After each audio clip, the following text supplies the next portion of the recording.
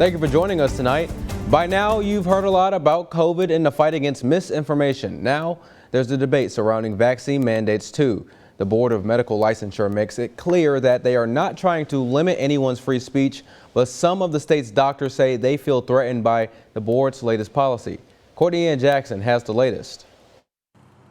Dr. John Witcher recently started the Mississippi Against Mandates group. What we're seeing is adverse events from these COVID vaccinations with our patients.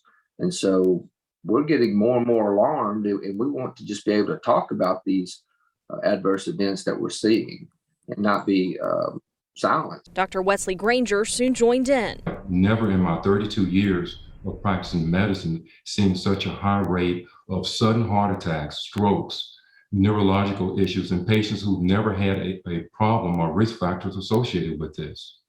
And so I just felt that I needed to do something more. Witcher believes his billboard may have prompted the Board of Medical Licensure adopting this medical misinformation or disinformation policy that references doctors are at risk of losing their license or having it suspended if they generate or spread COVID-19 vaccine misinformation.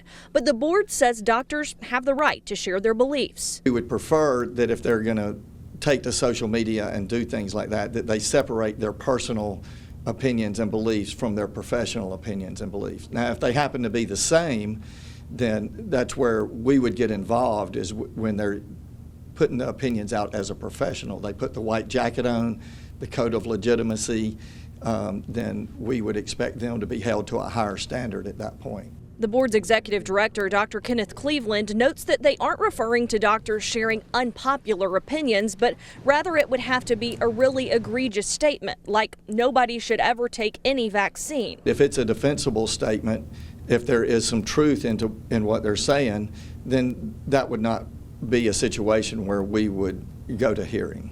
They're a complaint-driven organization, so it would take someone filing a complaint before an investigation would start. Meanwhile, Witcher says he has been notified of a complaint filed against him. I was approached by an investigator, and he said that just want to let you know that they have open investigation on you. They said that you haven't crossed the line yet, but you're getting close. Courtney Ann Jackson, WCBI News. Secretary of State Michael Watson sent a letter to the board this week questioning the lack of a trigger for action within the policy. The board's executive director says they have a meeting scheduled.